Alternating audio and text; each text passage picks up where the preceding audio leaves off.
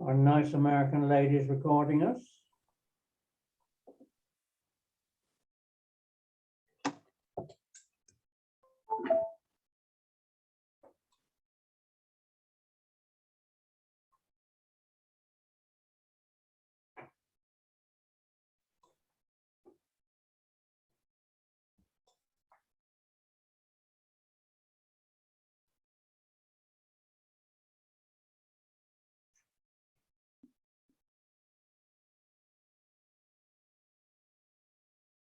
Right, I think I'll change over with Judy and make a start. Thank you for joining us, everyone. Thank you for supporting. I hope you found the notes nice and interesting and not too rude. I need to change both chairs, so bear with me.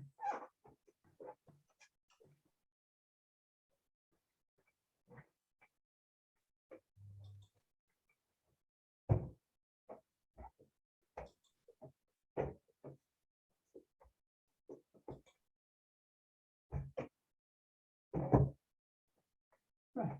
Would you like to try that, my dear? Yeah.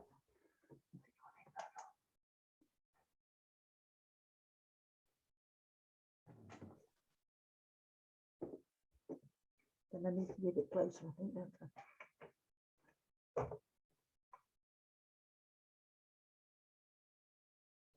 I need to be a bit closer. Can be, yes, yes.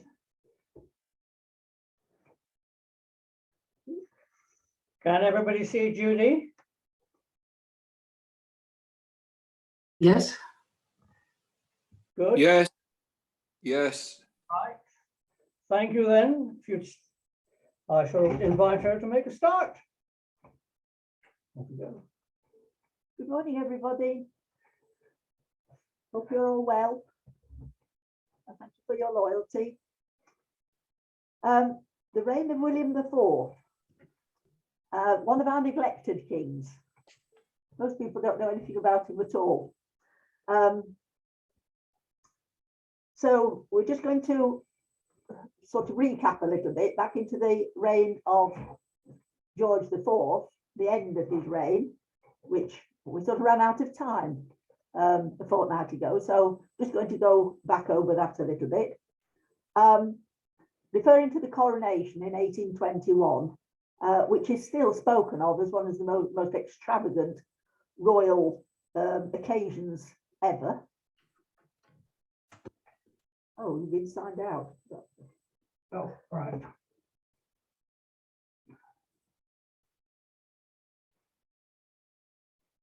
Sorry, I've stopped talking because Martin's doing something on his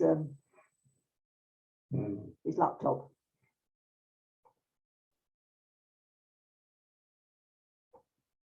Let's carry on. No, just a second.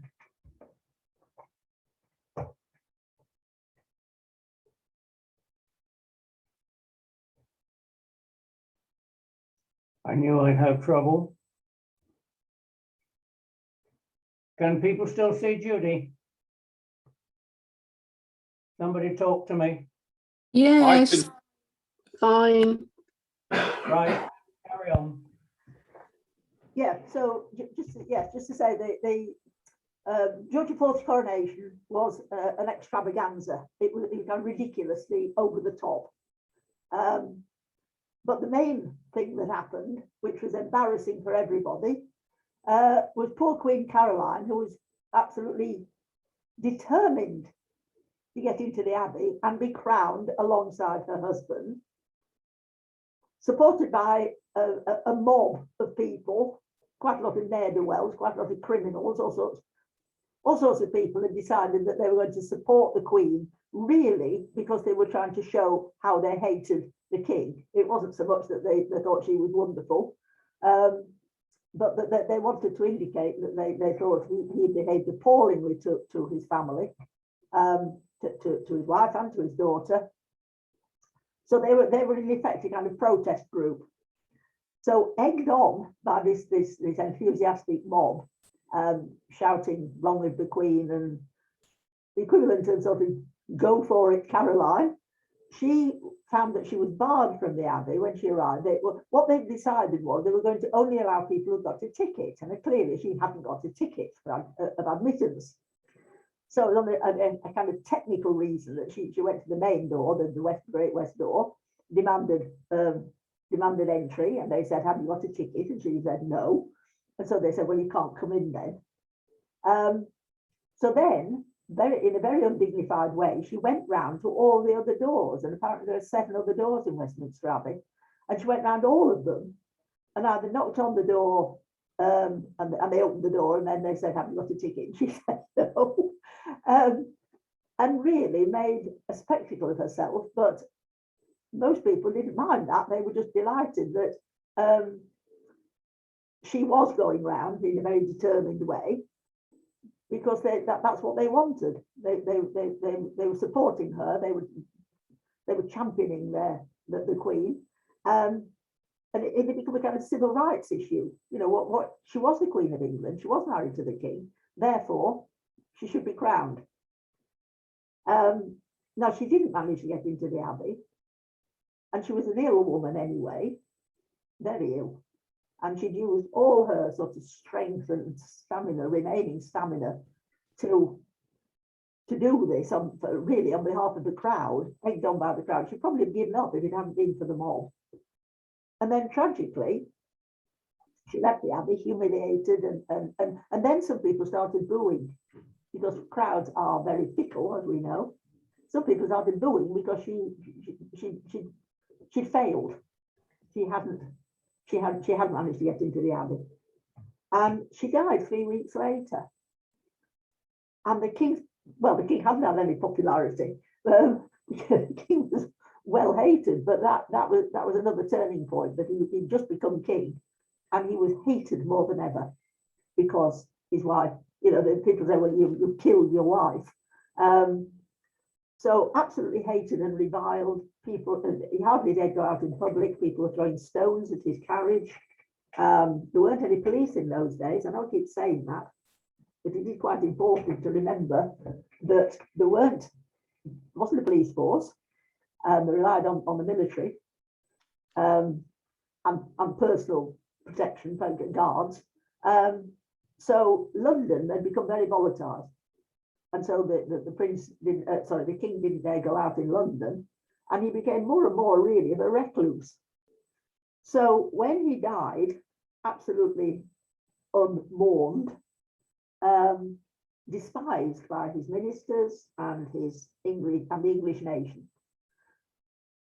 Now the next in line should have been his brother Frederick, Duke of York, but he had actually died 3 years earlier, in 1827.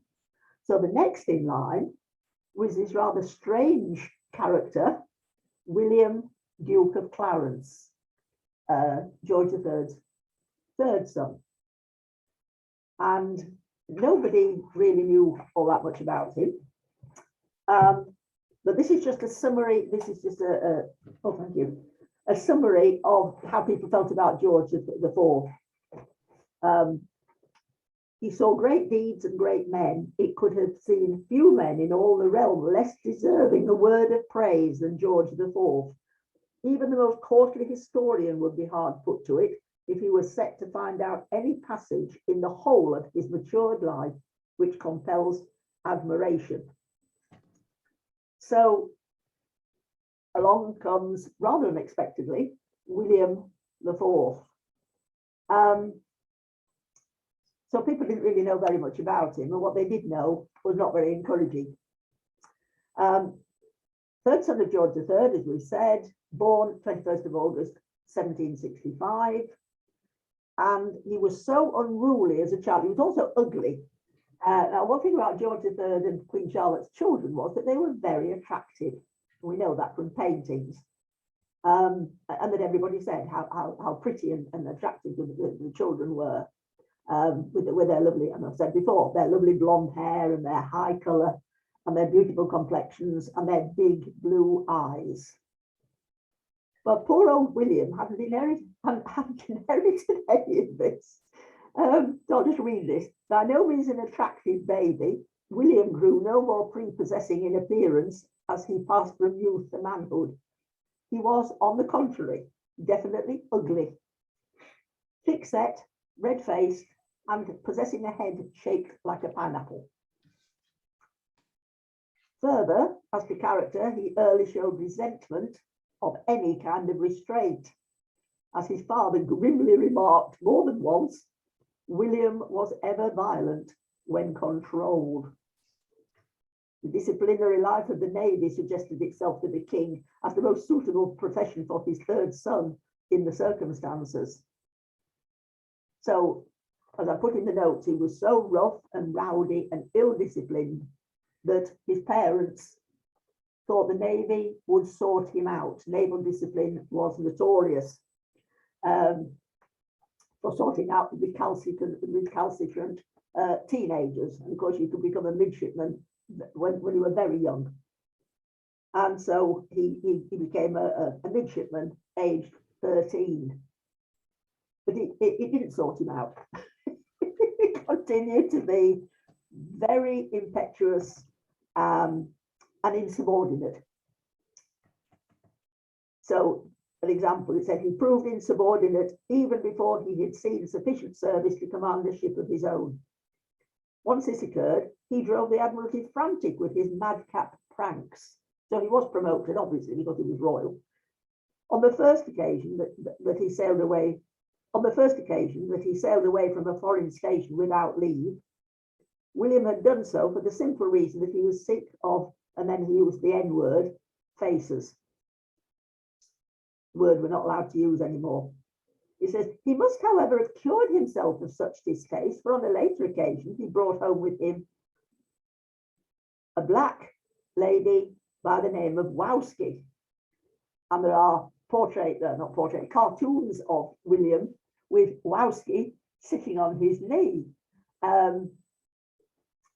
So he had a black mistress. So what have he got going for him? Not a lot, really, at this stage. Most people just saw him as a comic character. The word buffoon was used rather a lot. We're used to that word. It's coming into play, referring to Boris rather a lot, that word, buffoon, but it was used about the Duke of Clarence.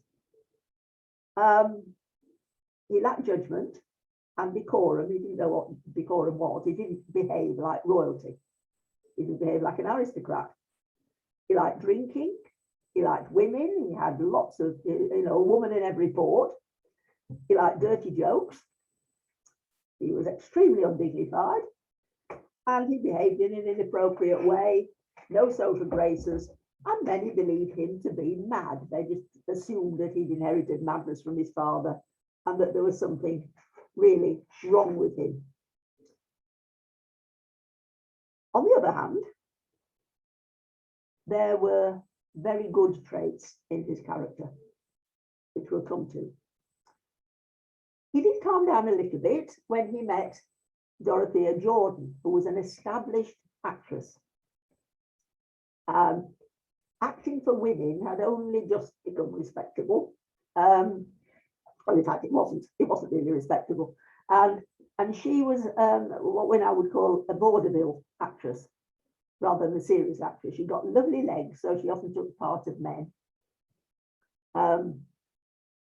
And there's a lovely quote here about her. Within a short time, while Dorothea Jordan, a fine comedy actress who won the hearts even of Methodists, sailed into the life of the sailor prince. At the time, she was playing Little Pickle in The Spoiled Child, that's the title of the play, at Richmond, and was the mistress of Richard Ford. Now, she'd already had 5 illegitimate children, 4 to the Richard Ford, who owned the theatre, as an entrepreneur, theatre manager, and 1 that she'd had in her teens and she wasn't quite sure who that belonged to. So she was sort of a power in her own right, totally unashamed of the children, absolutely loved them and was a good mother, managed to keep her career going to support the children. So an example of a sort of self-made, independent woman, 200 years ago, very unusual. And in between pregnancies, she managed to keep her career going and sometimes actually performed while she was great with child. And that seemed to be odd, but that was sort of accepted. And she met the Duke of Clarence and they lived together very harmoniously for 20 years. And she bore him 10 children. So altogether, she had 15 children. She was completely healthy. All the children were healthy. She kept her career going. It's just absolutely incredible. And people flocked to see her because she was apparently a very funny and very good comic actress. So sort of is kind of neglected that doesn't deserve to be neglected. She sounds, apart from the sort of moral issue, she does sound really, really interesting. And as this book said, they were a devoted couple. As a sailor, William was handy about the house and fortunately loved children, accepted her 5 illegitimate children as his own. And he said William, like his father, was a home lover and had the makings of an excellent husband. Mrs. Jordan, too, with her great maternal instinct, was more suited to be a wife than a mistress. So there was good in the Duke of Clarence, because not every man would have accepted the 5 children that were not his own. His children, the 10, were known as the Fitz-Clarences, and they lived together very harmoniously. It was a very good relationship. But nobody imagined that he was ever going to be the king, because he got his older brother, Frederick, was going to be the king.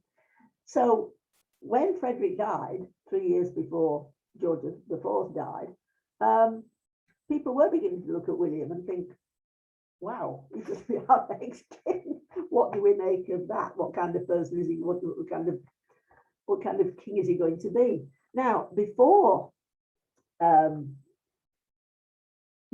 Princess Charlotte died, the royal brothers had also decided that they're all horribly in debt. None of them seemed to understand money.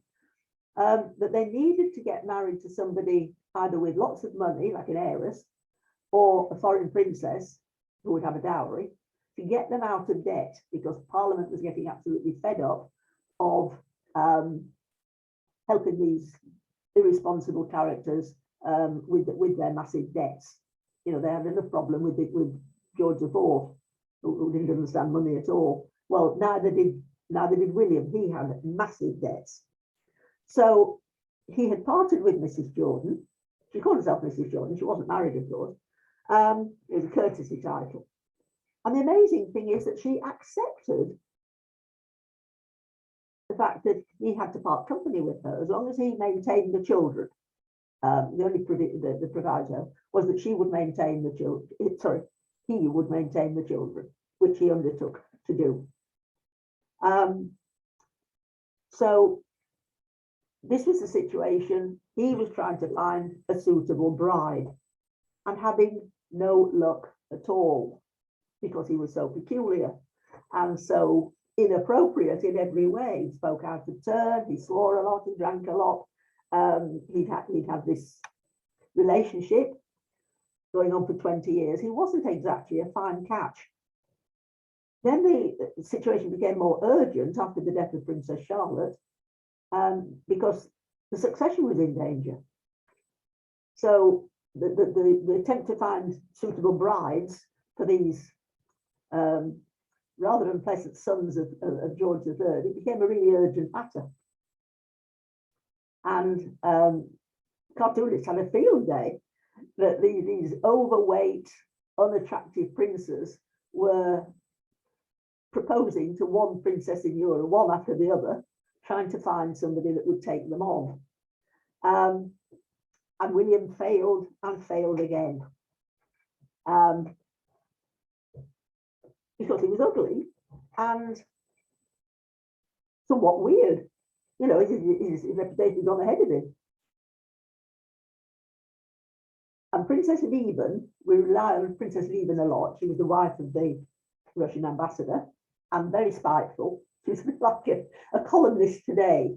She dipped her pen in vitriol but wonderfully wrote.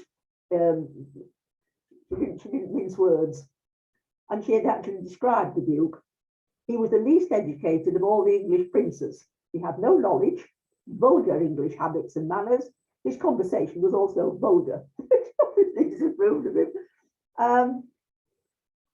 She thought he was a joke, a kind of like the cartoon character. He's appearing in cartoons a lot. So he was refused by people that he'd actually fallen in love with. Then he tried heiresses and got nowhere. He proposed to various princesses in Germany. The pool was quite big, but of course they had to be Protestant. So it was only North Germany that was available.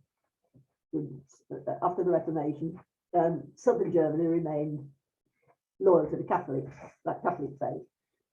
So there were lots of very small states in Northern Germany, and William tried his luck in various places and proposed to a Danish princess, turned down.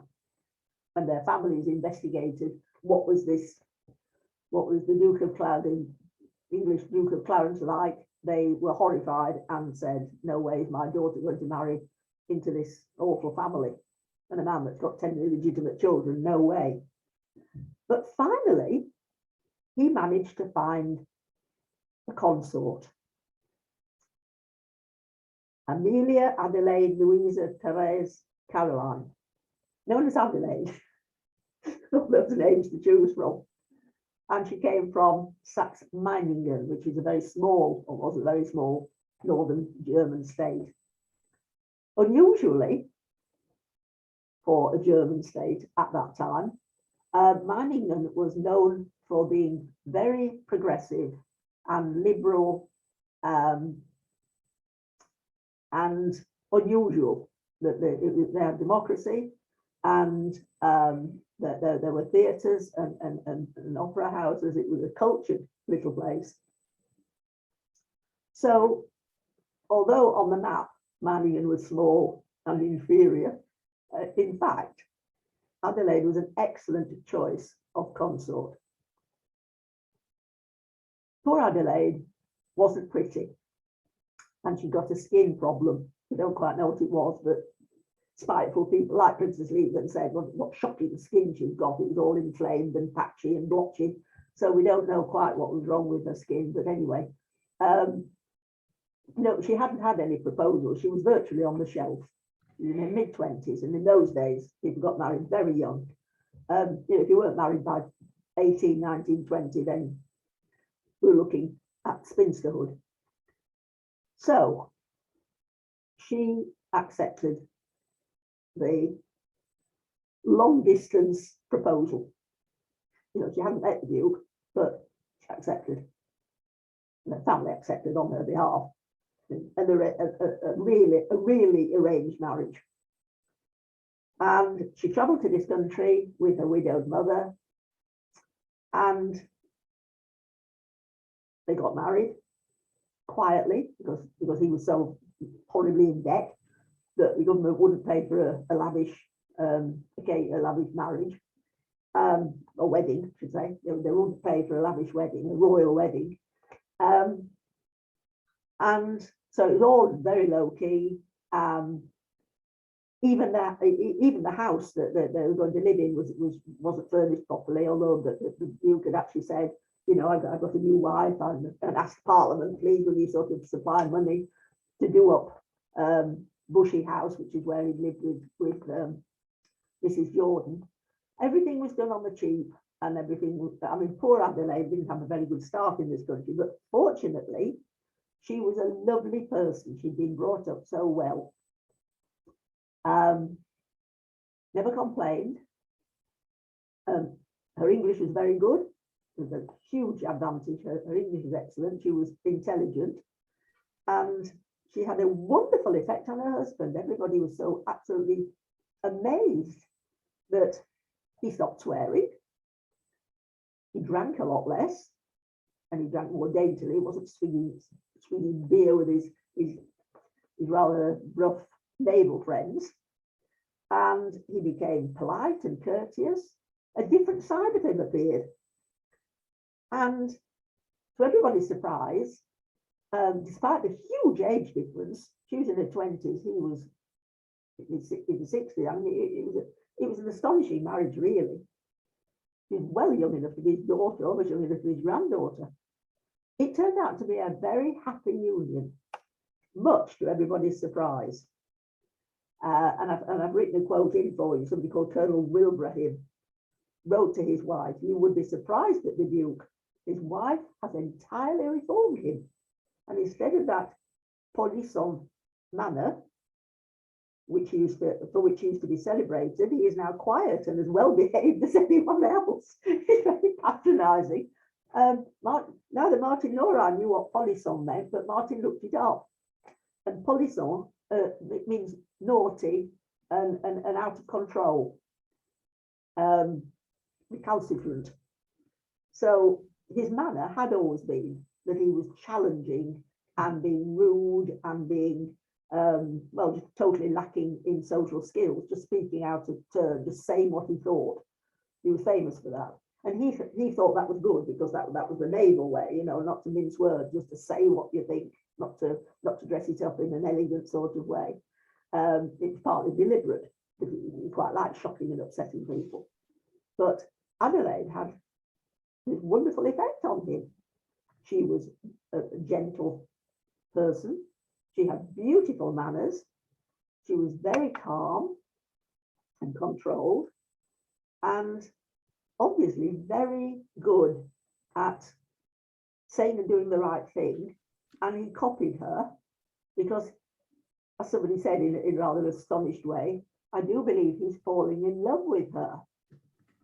So what had been a very strange sort of mismatch, in most people's view anyway, a mismatch, turned out surprisingly to be a very happy union. And people spoke very, very highly of Adelaide, very highly indeed. The only thing she was ever criticised for was her clothes. People thought that she didn't dress up enough. She wasn't. That was when she became queen. They didn't think she dressed in fine enough clothes. But as somebody pointed out, consorts have it very hard, because if they wear fine clothes and lots of jewellery, they're criticised for spending taxpayers' money extravagantly. And if they don't wear wonderful clothes, they're criticised for not looking royal. So it's very, very difficult to, you know, they're very hard. I mean, it's happening now with Kate. People looking at her clothes and making comments about them. People are spiteful. And this is the description. This is when the king and queen sort of first emerged, and people were making comments about them. It says the following description of William IV and Queen Adelaide was given by an eyewitness of the arrival of their Majesties to inspect the Tower of London shortly after their coronation. The king is a little, old, red-nosed, weather-beaten, jolly-looking person. The queen, a little insignificant person as ever I saw. She was dressed, as perhaps you will see by the papers, exceeding plain, in bombazine with a little shabby muslin collar, dyed leghorn hat, and leather shoes. Isn't that spiteful? That's really nasty, isn't it? But then, I say that's happening even today. People taking royalty apart and thinking that they belong to the nation, therefore we can criticise them quite freely. The marriage took place on Saturday, back to the marriage, Saturday, July the 11th, 1818, the year after Princess Charlotte had died. And of course, the hope was, the reason for the marriage was to provide, it was quite cold-blooded really, to provide an heir. Because the heir to the throne had died in childbirth. And it's really tragic to think about this, what actually happened. It's thought that she had quite an early miscarriage when they'd not been married for very long. And then she had a baby who lived but only for an hour. And then another miscarriage. And then a baby, Elizabeth, who lived to be 3 months old. A beautiful baby, a huge baby. As somebody said, the birth nearly killed Adelaide, who was small and quite dainty. And the baby was 11 pounds. It was a typical Hanoverian baby. Queen Charlotte had sort of produced that. And well, all the Hanoverians really had produced enormous babies without any problem. Anyway, Adelaide had recovered from the birth, but 3 months after the birth of this child, and they were still rejoicing over the baby died of a strangulated bowel, which is very unusual. And of course, in those days, they couldn't really do anything, and the poor baby died in terrible, terrible pain. So that was a dreadful thing to have happened. And the setback, of course, people just wondered what was going to happen to the succession. In the meantime, George III's fourth son had also been chasing around the continent, had also had a long-term relationship with a mistress, virtually what we now call a common law marriage. The fourth son was called the Duke of Kent, Edward, Duke of Kent, the fourth son. He'd had an army career, quite well spoken of, not like William, not a buffoon by any means, but overweight, lost his hair quite early, as they had a mistress, Madame Saint Laurent, and lived with her for 20 years, no children. And then he, in the same boat as the others, he must get married and see if he could produce an heir. He married a widow who'd got 2 children already, so yes, she was fertile, from Saxe-Coburg-Gotha. And if you remember, Princess Charlotte's husband was from Saxe-Coburg-Gotha, so he pushed for this marriage. Victoria, she was called, Victoria, or Victoire. They were, in Germany, they often top-ranking people often spoke in French. It was a sort of bit of an affectation. So her name, she'd actually been christened Victoire, the French version of Victoria. So she married Edward, Duke of Kent, got pregnant straight away, and produced baby Victoria. It wasn't heir to the throne, of course, at that stage, because it was expected that Adelaide would produce children. But unfortunately, and then after the death of the baby princess, aged 3 months, and Martin's found this lovely picture of the sculptor sculpting that was done of the baby, and Adelaide carried this with her. She had it with her wherever she went. She took this beautiful image of her sleeping baby. However, the little Princess Victoria had now, it seemed very likely that she was going to be the heir. Yeah, so it was very likely that she was going to be the heir to the throne. Yes, Martin found the picture. Marble memorial of Princess Elizabeth of Clarence at Windsor Castle, face taken from death mask. It's very beautiful, the baby lying asleep on a little bed. So that's how Victoria became our queen. That regardless of the fact that George III and Queen Charlotte had had 15 children, it seems quite incredible that for various reasons, it came down to one little girl. They'd either married inappropriately, and the marriage was therefore regarded as illegal. They hadn't had permission for their marriage. Or they married and they didn't produce any children.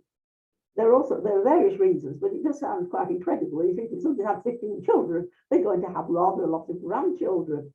And that was absolutely not the case. Absolutely not the case. They were, you could say, sort of scrambling around to try and find somebody to succeed when anything happened to William. So William came to the throne again unexpectedly, following the death of his big brother 3 years earlier. And a lot of people felt that he was going to be quite inappropriate, even though he changed. He hadn't completely changed. But then we see, in modern terms, we see the good side of William IV. He was incredibly kind, something we now appreciate very much. He was kind, not very intelligent, but honest and well-meaning, generous. He hated pomp and ceremony with a vengeance, really hated it. Absolute contrast with his brother. Absolutely the exact opposite, poles apart. George IV had loved and relished ceremony and dressing up and everything to do with being royal. And William, Duke of Clarence, now King, did not like anything of that kind.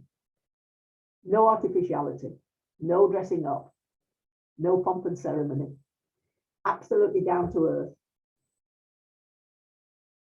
He was very, very generous. That's why he got into such enormous debt. He wasn't spending money on himself or spending money on his family.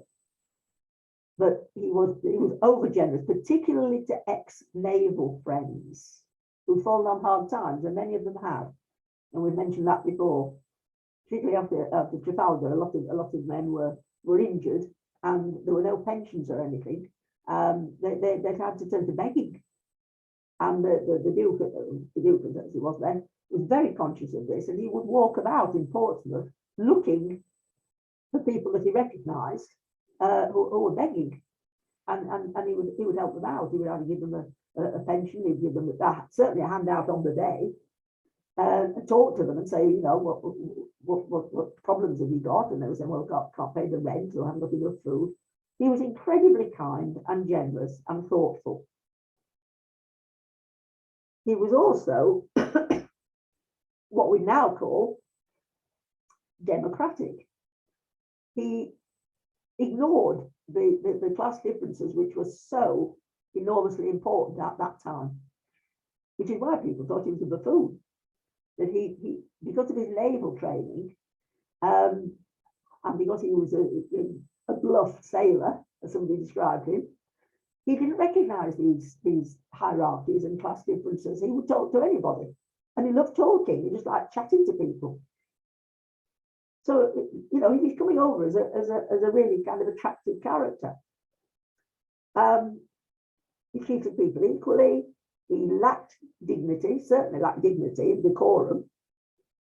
He was very impetuous. He said things out of turn. He didn't think before he spoke, which made people feel quite nervous when he was in a public place after he became king, certainly. He didn't change his way of behaving. He was very opinionated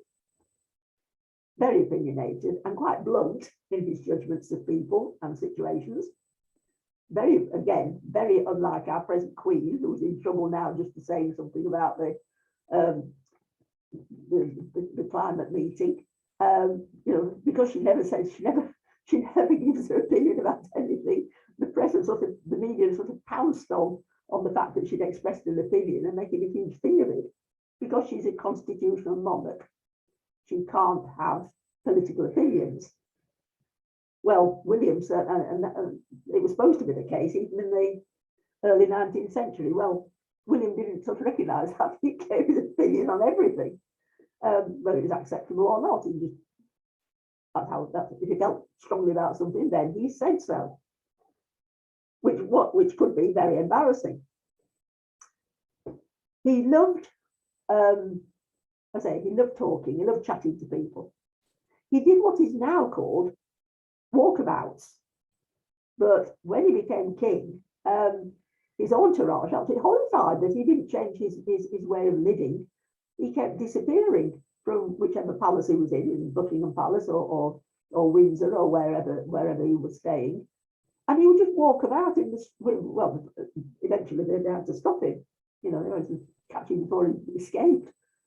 Just walking up to people and asking them questions and talking to them, which was so very unusual in those days. I mean, there wasn't such a thing as a royal walkabout. Royalty kept their distance. And Queen Adelaide, as she was now, tried to talk him out of doing this, but it was just part of his nature that he wanted to chat to people. But at home, he was a home-loving man. He liked gardening. He liked playing cards, but not gambling heavily. He gambled a lot when he was young. That's another reason he was in debt. But she trained him not to gamble. That wasn't seemly, losing money for no good reason. He liked going on long walks. And he liked going to church. Now, this is something that nobody had ever suspected, that he was, in fact, a believer. He was a quiet Christian. And that became more and more apparent, that he had a faith, a strong faith. He liked his home life. He stopped being sort of rowdy, and certainly at home he didn't swear. But the other thing that surprised his ministers and delighted the Duke of Wellington, who was the Prime Minister at the time, his commitment to paperwork. Nobody suspected that. They thought he was actually dim, that he was stupid, that he was not very bright at all.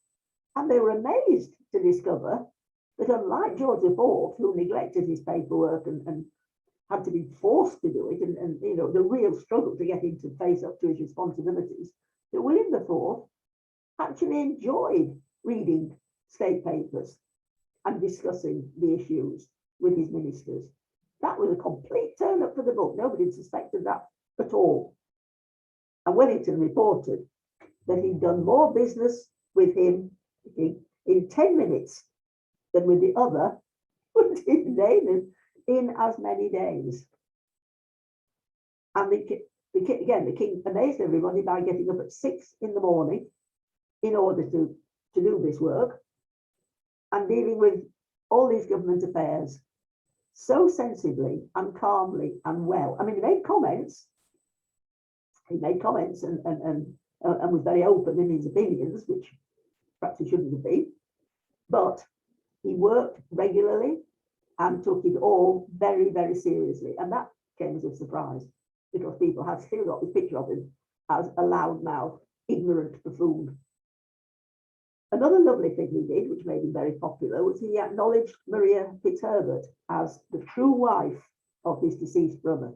He'd always felt sorry for her, that she'd been discarded so that the king could marry a princess to end his debt problem when he was in Prince Regent. So he acknowledged Maria Fitzherbert. He invited her to the funeral. He invited her to the coronation, had a special seat arranged for her, and granted her a generous pension. And that made him very popular with the Londoners, who had felt exactly the same, that Maria Fitzherbert, a good living Catholic lady, had been treated appallingly by her husband. And so they rejoiced in the fact that her brother-in-law was trying to make it right. Another lovely thing he did was he opened all the royal parks in London. And one of the nasty mean things that George IV had done was close them all. saying that, you know, they're royal parks, they belong to the royal family. We don't want ordinary people walking about in royal parks. You know, what a mean thing to do. One of the first acts that one of the first things he did as king was to reopen the royal parks. That made him very, very popular. And also there were foreign animals that had been collected in what's called the Windsor collection, 150 exotic animals, which he then said, we don't want them at Windsor. You know, they should be for the public, and gave them to the new the new zoo, Regent's Park Zoo, which is still London Zoo. So London Zoo were very happy, of course, and so were the Londoners, getting the opportunity to see some different sorts of animals. And he even opened the terraces at Windsor Castle, which had once been open to the public. And George IV, because he was so nervous of the public, because he was so unpopular, he thought they were going to assassinate him. He closed the Windsor terraces, and William IV decided he was going to open them again. So you can imagine how popular this was making him. He was thinking about his subjects. He was particularly thinking about Londoners. And the fact that he was walking about in public, not afraid of being assassinated, and chatting to people. Sometimes they didn't even know who he was. His security men were sort of going mad, trying to catch the king before he can do this. People only found out afterwards. Now that was something that George III had enjoyed doing. So it was like father, like son. George III had enjoyed chatting to farm labourers who had no idea who he was because he was dressed so plainly. And having lovely conversations and sort of enjoying the fact that they didn't know who he was. And the other thing that made him madly popular was he said he didn't want a coronation at all. Remembering the extravagant and ridiculous 1821 coronation, this was absolutely amazing that this new king didn't want a coronation of any kind. He just said, well, I'm the king, you know, don't need a coronation. What's the purpose of it? Why do I need one? It's just a waste of money. How amazing. Anyway, the new Prime Minister, sorry, I said it was Wellington, it was at the time, but the new Prime Minister, Lord Grey, persuaded the king, 1830 there was a general election, and the new Prime Minister, a Whig Prime Minister, Lord Grey of Earl Grey tea, persuaded the king that there must be a coronation. He couldn't opt out. He persuaded him by saying the nation expected a coronation, that it was his duty to attend. He really must. But amazingly, they managed to discuss it in a rational way, and they came to the conclusion that it would be a scaled down coronation, and they wouldn't have the great banquet in Westminster Hall, which had cost an arm and a leg. The length of the ceremony would be reduced because William IV had gone through the ceremony and parts of it were quite ridiculous. And it reduced the cost of the coronation from £240,000, which is millions and millions today, to £30,000. Absolutely amazing. The king behaved rather badly on the day of the coronation. He probably got very nervous and upset, and that didn't do him very much good. Queen Adelaide saved the day by her devout dignity and characteristic grace, but there's no doubt she was feeling very uncomfortable throughout because the king didn't always follow the rules and was very excitable and talking when he shouldn't and not quite doing what he was supposed to do. The Archbishop of Canterbury had a nervous wreck by the end of the ceremony because he didn't really know what the king was going to do next. And of course, when the public heard, when the press got hold of the cost cutting, and they published it, particularly the Londoners are ecstatic. And then it's the rest of the country, you know, published in papers in the provinces, and it was all good for the king because the people after the last reign, where there was just massive extravagance while people were starving, and it was just such a contrast.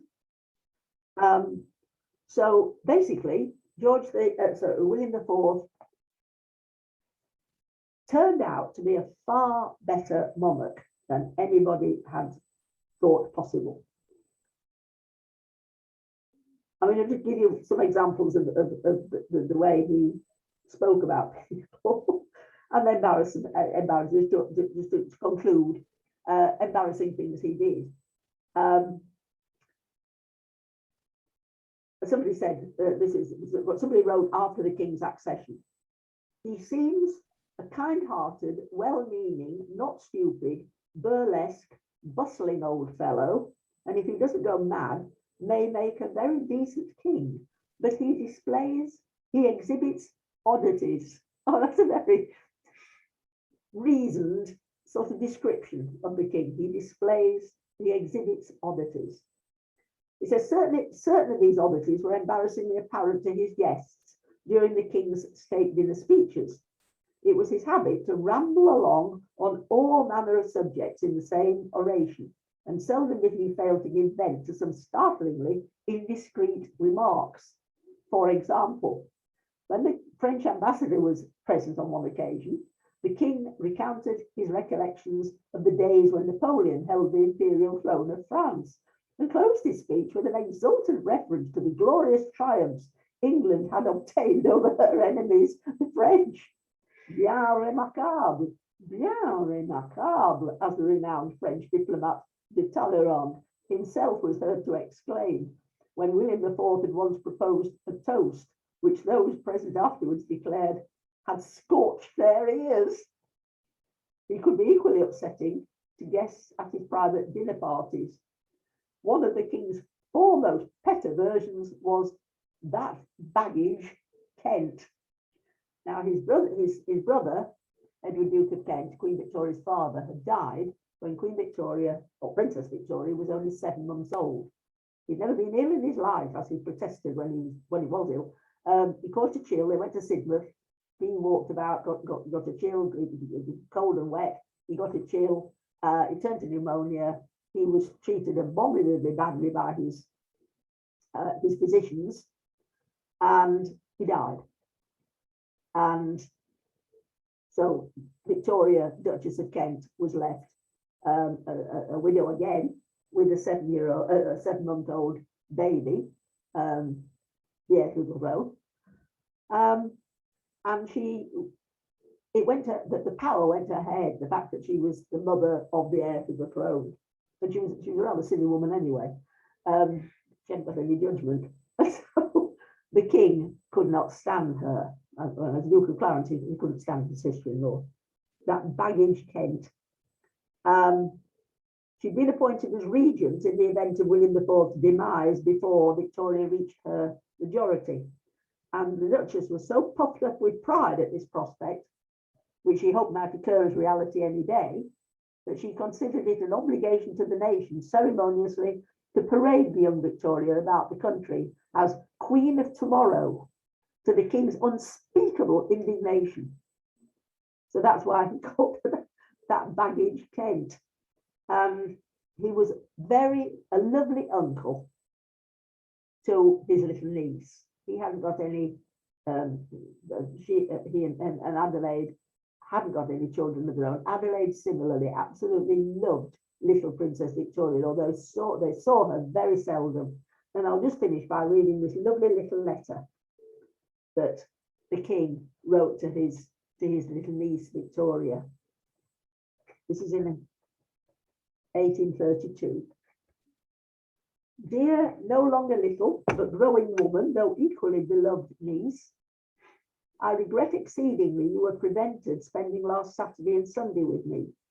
I have now, therefore, to invite you to dine with all your relations here on my birthday, as you are now really quite old enough to appear at my table on particular occasions. Your dear and good Aunt Sophia will deliver this to you and can assure you how happily I look forward to drinking your health next Wednesday. God bless you, and ever believe me, my dearest little friend and niece, yours most affectionately, William R. Isn't that lovely? So he wasn't stupid. Everyone had written him off. He was a lovely, kind, affectionate, generous man with oddities. Thank you for listening. Thank you, Judy. Thank you, Judy. Thank you, Martin. Bye. Bye. Take care. Take care, everybody. Stay well.